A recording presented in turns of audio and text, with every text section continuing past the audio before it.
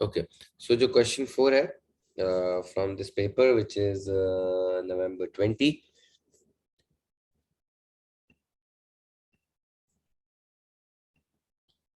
तो कह रहा है Y Limited जो है वो one of the company's factory operator system of absorption limitation disadvantages absorption में टाइम कंज्यूमिंग होती है, उसमें ओवर अंडर एब्जॉर्ब के मसले होते हैं, सही है, और it's not relevant for short term decision making के लिए हमेशा मार्जिनल कॉस्टिंग इस्तेमाल होती है, ब्रेक इवन वगैरह नहीं निकाल सकते आप। ये फिक्स कॉस्ट जो है ना वो हम आर्बिट्री तौर पे डिवाइड करते हैं, लाइक कोई ना कोई अंदाजे से बेसिस ढूंढ के, तो उसमें एक्यूरेसी नहीं है, बट एटलीस्ट इससे हमें टोटल कॉस्ट पता चल जाती है। उसका मेन सबसे बड़ा एडवांटेज ये है कि पर प्रोडक्ट आपको पता चल जाता है कि यार ओके कि कितना प्रॉफिट है। The factory makes kitchen tables, the two production departments cutting and assembly, the following forecast information is available for the year. ठीक है जी, तो ये ओवरहेड अगर आप कह रहे हो ओएआर निकालो, वैसे तो नॉर्मली क्वेश्चन में पहले शीट बनवाते हैं वो, फिर आप ये निकालते हो फिर डिवाइड करते हो, तो इधर उसने थोड़ा सा आगे गेम करी होगी कोई ना कोई गेमर तो वो है। So you can say OAR would be 68,400 divided by 24,810 because that's your more, right? It's capital intensive. So 2.76 per machine hour, and assembly department is 49,200 divided by 15820. That would give you 3.11 per labor hour. Okay, so why did we use this? Because it was more than the machine hours. Then he's saying calculate the selling price of a kitchen table. और उसने ये बोल दिया each kitchen table requires the following, मतलब आपको वो DM plus DL एक job order cost sheet बनानी है, तो you can say DM, so DM we know that 4.2 into 4.9, अगर 4.2 into 4.9, अगर 4.2 into 4.9 करो तो रैप हो गया ये तो, हाँ 4.2 into 4.9, if you do that you get 20.58, right? Direct labour के लिए दो डायरेक्ट लेबर्स है, कटिंग और असेंबली। सो 3.8 आवर्स लगते हैं कटिंग में, और रेट जो है ना लेबर का रेट, ये ओवरहेड का रेट है, इसको बाद में देखेंगे जब प्राइम कॉस्ट निकालने के बाद, सही है। एग्जामिनर आजकल प्राइम कॉस्ट निकालने का मार्क नहीं दे रहा, बट पहले देता था। तो अच्छा उसने ना दोनों को एक साथ ही कर दिया, बट अगर 10.5 रेट है तो आई कैन सिंपली से 3.8 इंटू 10.5, 3.8 इंटू 10.5, 39.9, और ये जो है वो है 2.2 इंटू 10.5, 23.1। तो ये मिलके दोस्तों कितना बनता है 63। ये आपकी प्राइम कॉस्ट आ जाएगी। क्यों नहीं दिखाते आजकल एग्जामिनर्स पहले तो बड़ा बोलते थे दिखाओ।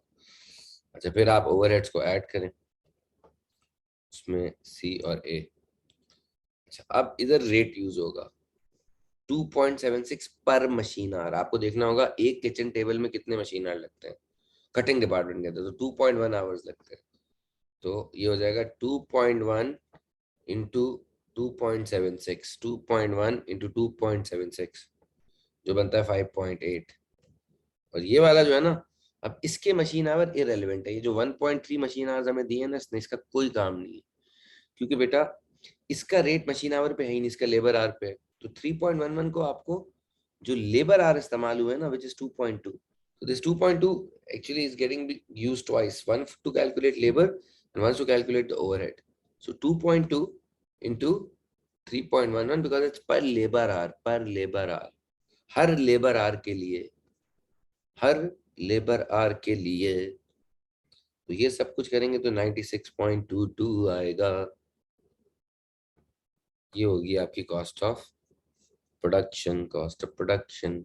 अब यहाँ पे फिर मार्कअप मार्जिन लग रहा है, क्योंकि ये मार्जिन बोल देता है, मार्कअप बोले ना तो सीधा इसमें 40% ऐड करूँ, इसका 40% ऐड करूँ और ये आंसर आ जाए सेलिंग प्राइस का। लेकिन क्योंकि ये मार्जिन बोल रहा है तो मैं इसमें डायरेक्ट इसका 40% ऐड नहीं कर सकता, मुझे बेसिकली क्या बोलना पड़ेगा कि 96.22 जो है ना वो 60% है, क्योंकि 100 में से 40% तो हमारा प्रॉफिट है, तो कॉस्ट 60% होगी, हमें 100% चाहिए which is our selling price. तो ऐसे भी आप निकाल सकते हो, या आप ऐसे निकाल सकते हो कि सेलिंग प्राइस में से जब 96.22 माइनस करूं तो सेलिंग प्राइस का 40% बचना चाहिए, and when you solve for this you will get your selling price would be 160.37, और इन दोनों के बीच में जो गैप है that is your profit which is 64.15. this is the answer, that's the selling price. फिर वो कहता है, क्या कहता है, अभी तक 10 मार्क हुए सिर्फ, इतना काम करा लिया। फिर कह रहा है at the end of the day it was discovered that the overhead had been over absorbed. अच्छा जी, say two reasons why overhead, देखो जो ओवर एब्जॉर्ब के रीजन है ना उसके ऑपोजिट रीजन अंडर एब्जॉर्ब के हैं। तो ओवर एब्जॉर्ब क्यों होता है, जब आप ज्यादा बनाओगे ना तो ओवर एब्जॉर्ब होगा, क्योंकि जब ज्यादा बनाओगे तो ज्यादा काम होगा ना, ज्यादा घंटे चलेंगे तो ज्यादा घंटे चलेंगे तो ज्यादा कॉस्ट रिकवर होगी। या अगर कॉस्ट ही आपकी कम हो जाए, मतलब जो आपने फिक्स कॉस्ट एक्चुअली सोची थी, जो ओवरहेड सोचे थे वही ड्रॉप हो जाए, जैसे रेंट ही कम हो गया, फिर आपको फायदा हो जाएगा। मतलब ओवर एब्जॉर्ब कर रहे तो पैसे बच गए। पैसे कब बचते हैं, या तो ज्यादा बनाओगे तो वो बटेगा ओवर लार्जर आउटपुट, या वैसे ही खर्चे कम हो जाए। अंडर एब्जॉर्ब का क्या है, आप बोल सकते हो कि less units were produced and actual overheads were more than forecast. तो अगर आपने जो सोचा था उससे ज्यादा खर्चे हो गए तो there is a chance that you will under absorb, you will make a loss. Okay, फिर कहता है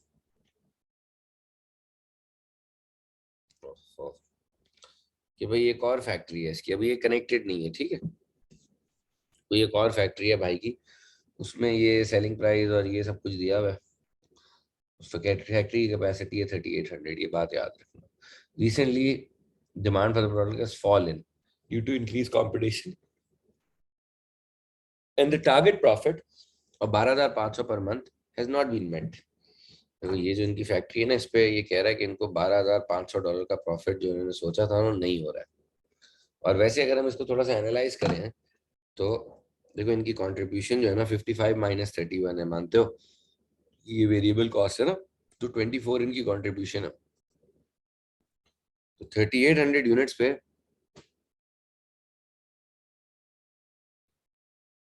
ये, अच्छा ये जो इन्फॉर्मेशन दी गई है ये पूरे साल की है या महीने की है, महीने की है, महीने की, ठीक है, सही है। तो ये प्रॉफिट कमा तो सकते हैं, लेकिन अभी ये कह रहा है कि डिमांड इतनी फॉल हो गई है कि 12,500 का भी प्रॉफिट नहीं बना रहे। ठीक है, तो कोई मसला नहीं है। कह रहे the directors are considering to following options. तो पुरानी कंट्रीब्यूशन निकालने का फायदा नहीं था, ऐसी निकाली मैंने basically. Reduce the selling price of each book by $3। वो कह रहे हैं ये 55 की जगह इसको ना 52 का बेचना शुरू कर दो।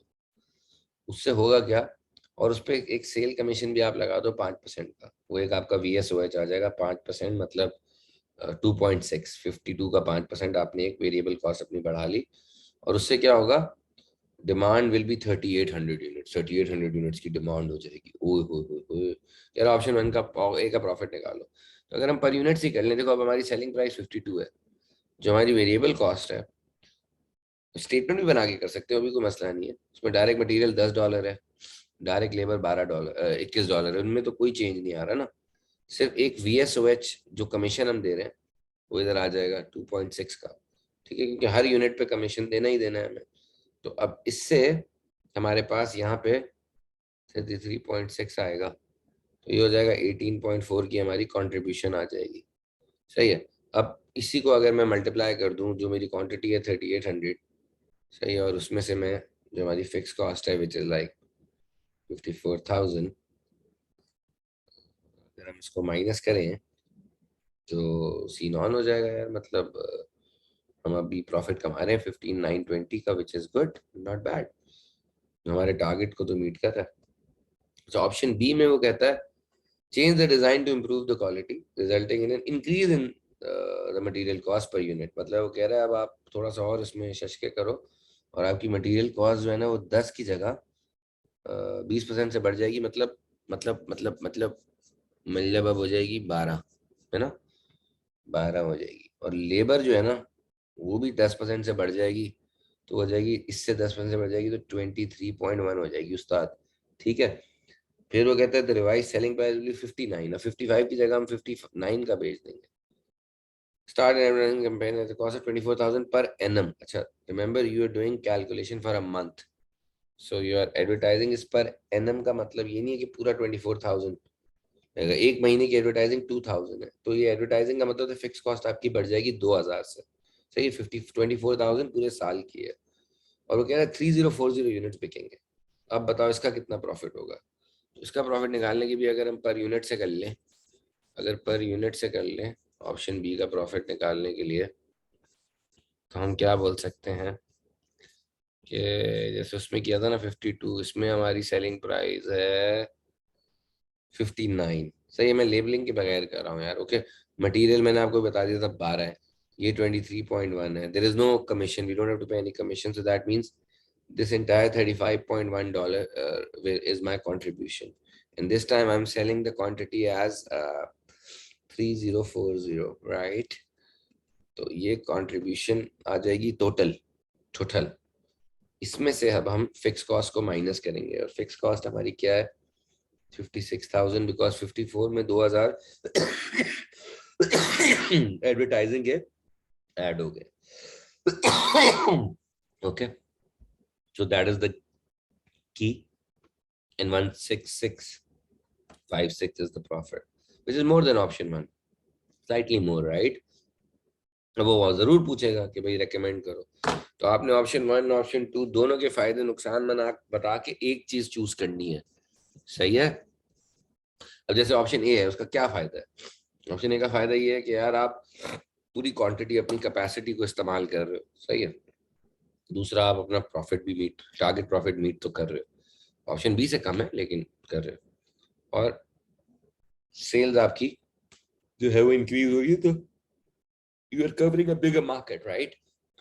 ड्रॉबैक क्या है कि एकदम से प्राइस घटाना इज लाइक, यू नो, लोग बोलते हैं आय हाय प्राइस गिर गई, रिड्यूस क्वालिटी का एक सिम्टम होता है, एक वो होता है, परसेप्शन आता है, सही है। और ये जो हमारी एकदम से डिमांड बढ़ेगी, हमें ये भी देखना चाहिए कि यार क्या हमें इसके लिए सप्लायर और ये सब मिलेगा, माल शाल मिलेगा या नहीं मिलेगा। ऑप्शन बी में क्या हो रहा है कि आपको प्रॉफिट ज्यादा हो रहा है, टारगेट भी मीट हो रहा है, लेकिन परसेप्शन भी बढ़ेगा आपका, लेकिन फिर ये है कि ओवरऑल डिमांड कम हो रही है ना, तो मार्केट साइज आपका छोटा हो रहा है, और एडवर्टाइजिंग पता नहीं इफेक्टिव होगी नहीं होगी। व्हाट इफ इतने भी ना बिके, अगर डिमांड बिल्कुल ही कम हो जाए, तो ये भी है। And then you can just choose one option, okay. 6 mark बातें करने के होंगे, 1 मार्क ऑप्शन चूज करने का होगा, तो that's how you do it guys, alright.